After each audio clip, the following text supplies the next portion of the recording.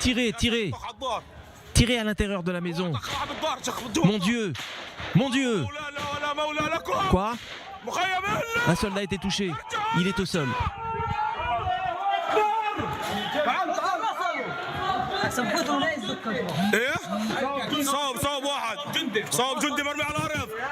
Pierre Kochenler, on pourrait donc déduire de cette vidéo que ce sont des tirs palestiniens qui auraient tué cette journaliste d'Al Jazeera.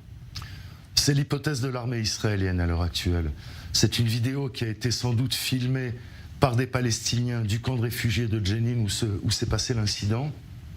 Et cette vidéo a été récupérée par l'armée israélienne sur les réseaux sociaux, puisque l'armée israélienne scrute évidemment avec énormément d'intérêt ce qui se passe dans les réseaux sociaux palestiniens. Et étant donné qu'il n'y a pas eu de soldats israéliens, au dire de l'armée israélienne, qui a été blessé ou tué lors de cette opération dans le camp de réfugiés de Jenin, il semblerait donc que c'est Shirin Abu Akleh qui a été tué dans ces échanges de tirs par les Palestiniens. Parce que c'est un peu à l'aveuglette. C'est ce qu'on entend dans cette vidéo. On entend des Palestiniens qui disent un soldat a été blessé. On rappelle que cette journaliste d'Al Jazeera portait un casque. Certainement, ils ont pu donc confondre cette journaliste par un soldat israélien. C'est possible. En tout cas, c'est l'hypothèse émise par l'armée israélienne qui propose une enquête conjointe avec l'autorité palestinienne. Cette enquête a été refusée par l'autorité palestinienne, donc c'est une hypothèse.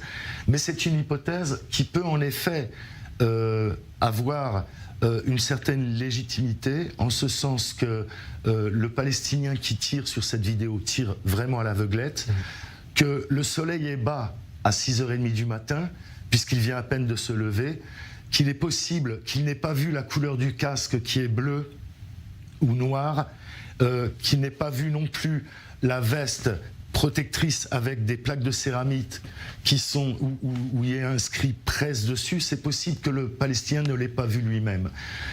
Dans ce genre d'opération, le chaos règne. Ça se passe dans des ruelles. Les échanges de tirs sont très brusques et très rapides. C'est un clin d'œil et on tire. Vous voyez ce Palestinien qui se protège dans une ruelle derrière un mur et qui tire, mais vraiment sans viser. Et il est possible que cette balle presque perdue, parce que je ne pense pas que les Palestiniens voulaient tuer un journaliste, cette balle perdue ait provoqué la mort de Shirin Abu Akleh. Et c'est un événement qui est préoccupant. Quoi qu'il en soit, parce que les journalistes, que ce soit d'Al Jazeera ou les médias israéliens ou étrangers, font leur travail, accomplissent une mission, la mission de la liberté de la presse, de la liberté d'expression.